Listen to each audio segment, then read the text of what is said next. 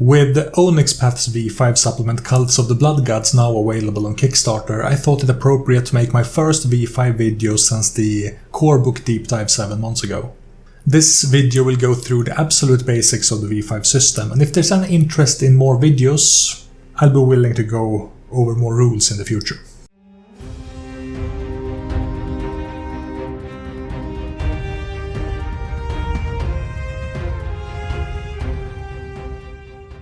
As a traditional role-playing game, character actions can be divided into rolled and unrolled actions. An unrolled action is simply a statement of a character's actions in the game without any need for rules to determine if the actions are successful. Anything that a character can do unchallenged faces this criteria. But then there's the rolled action, where different character traits determine the rules for randomizing the outcome of the action. In V5, actions are referred to as simple tests. A simple test goes like this. First, describe what your character is trying to achieve and how.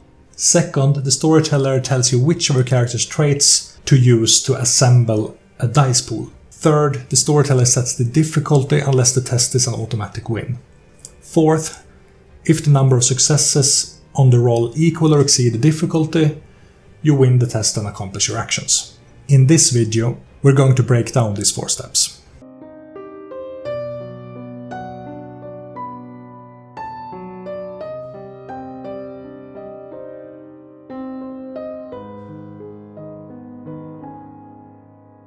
If you're new to role-playing, it can be confusing to know how to portray character actions and what kinds of actions need to have the game's rules applied to them. If you want to learn more about tabletop role-playing as a hobby, I recommend that you watch my video What's the Deal with Tabletop Role-Playing Games on this channel. That video goes through the fundamental definitions of tabletop role-playing as well as giving tips on how to play such a game as a new player.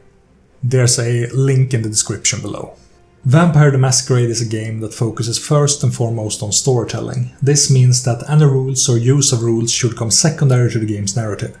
The focus is on the story itself, and the rules are there to help bring the story into fruition. When the player declares their intent and the storyteller determines if the action should be rolled or unrolled, the general recommendation is to only apply rules to the action if challenging the player in that moment is beneficial to the story. Challenging players unnecessarily can interrupt the narrative and negatively affect the pacing of the game. If you're the storyteller, consider either increasing or decreasing the number of rolled actions depending on what's fun for your group. If you're coming from a game such as Dungeons & Dragons, which focuses very heavily on the game's rules, then Vampire the Masquerade could come as a shock to you. While there is complexity to this game, it doesn't focus on system-related mechanics to the same extent as Dungeons & Dragons does. And if you enjoy the classic dungeon crawls and grid map combats from Dungeons & Dragons, then V5 could take some time getting used to. At the same time, if you enjoy dice-heavy sessions where the players are challenged a lot by the rules themselves, then you can certainly change your playstyle to focus more on that. As I mentioned before, the intent is for the rules to be secondary to the story, but it's even more important that they are secondary to your own enjoyment of the game.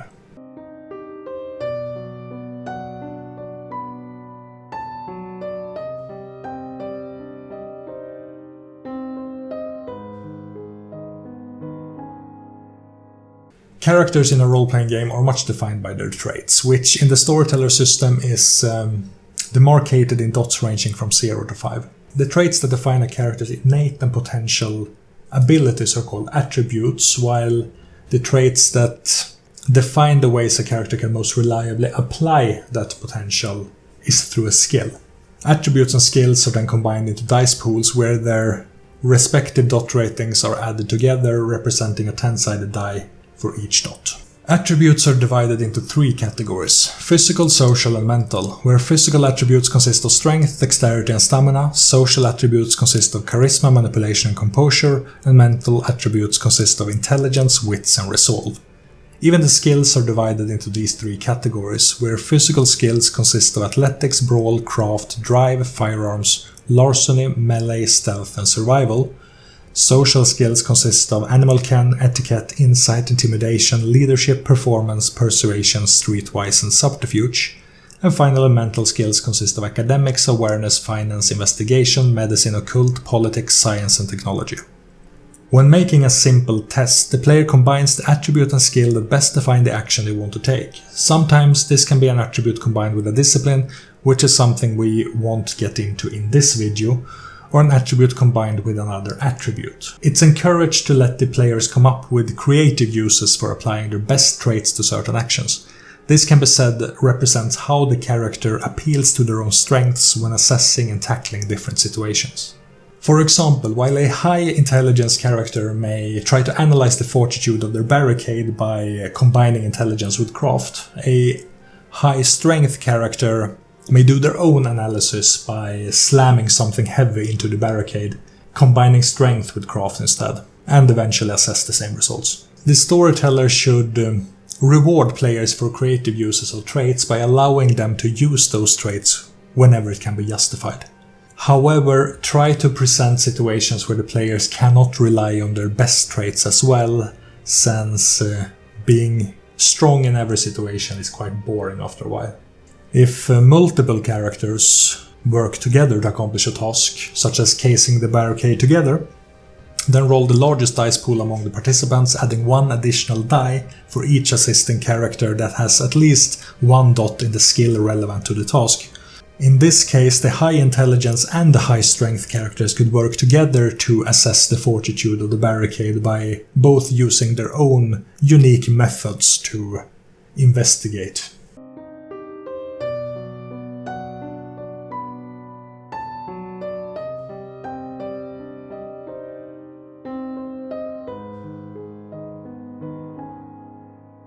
After the dice pool has been assembled, the storyteller determines the difficulty of the task. This means the number of successful dice that are required to accomplish the task, and any d10s that shows a 6 or higher is successful. What the difficulty should be depends on the nature of the action. Difficulty 1 is a routine action, such as striking a stationary target. Difficulty 2 is a straightforward action, such as seducing someone already in the mood. Difficulty 3 is a moderate action, such as replacing a car's sound system. Difficulty 4 is a challenging action, such as locating the source of a whisper. Difficulty 5 is a hard action, such as rebuilding a wrecked engine block. Difficulty 6 is a very hard action, such as running across a tightrope while under fire. Finally, difficulty 7 or more is nearly impossible, such as flawlessly reciting a long text in a language you don't speak. Some tasks cannot be successful without using specialized equipment, such as picking a lock or performing surgery. The storyteller could add +1 to the difficulty if the character's tools are improvised or otherwise not up to par. At the same time, they could choose to decrease the difficulty by 1 if the character is particularly inspired or confident about their chances of success. The storyteller has the freedom to modify difficulty as they feel is appropriate for the action and the overall situation. Try not to stack too many modifiers though, limiting +or -2 to the difficulty or 3 dice added or removed from a dice pool. Sometimes an action can be opposed by another character, which means that the difficulty is determined by the opponent's contesting traits. If this is a storyteller played character, then the storyteller could choose to either have the characters roll against each other in a contest or convert the SPC's traits into a static difficulty by adding their pool together and then cutting them in half. This is usually recommended for those who want a more narratively focused games with fewer dice rolls. Another way of decreasing the number of dice rolls is to choose to not roll at all if the character's dice pool is high enough compared to the difficulty to make it unlikely that they fail. The dice pool should be at least twice the task's difficulty for the storyteller to deem it an automatic win, unless rolling at all would be boring or delay the narrative.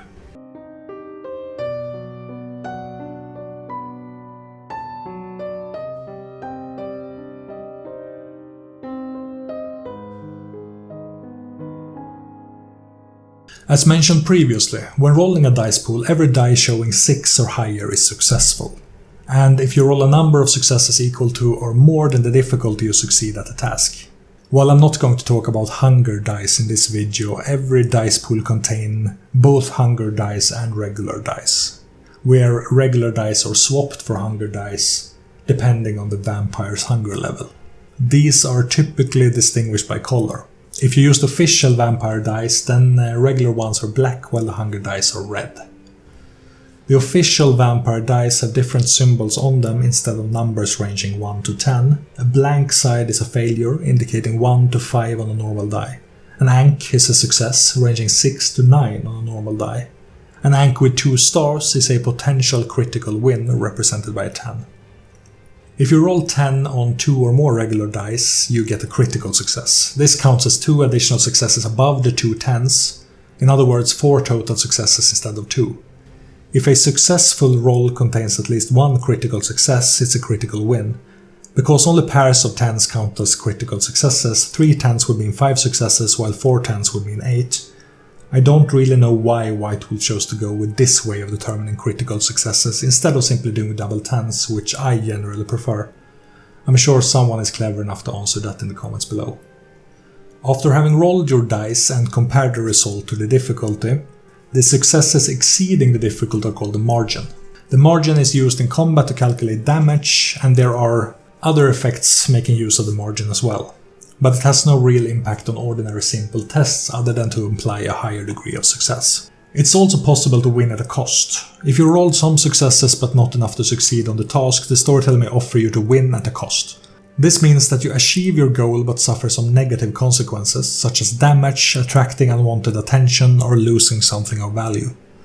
If you fail at an action and want to try again, circumstances should justify the new attempt. While it's possible for characters to repeat actions in combat, chases, or other conflicts, the storyteller should avoid allowing players to simply repeat actions until they succeed without finding a new way of approaching the situation. For example, if a character fails to pick a lock and wants to try again, the storyteller may determine that they need to find better lockpicks before they can succeed. If the action has no successes at all, it's a total failure. Sometimes this means that action simply didn't succeed, while other times it also means that negative consequences occur. The storyteller determines the exact details of a total failure and what it means to the story going forward.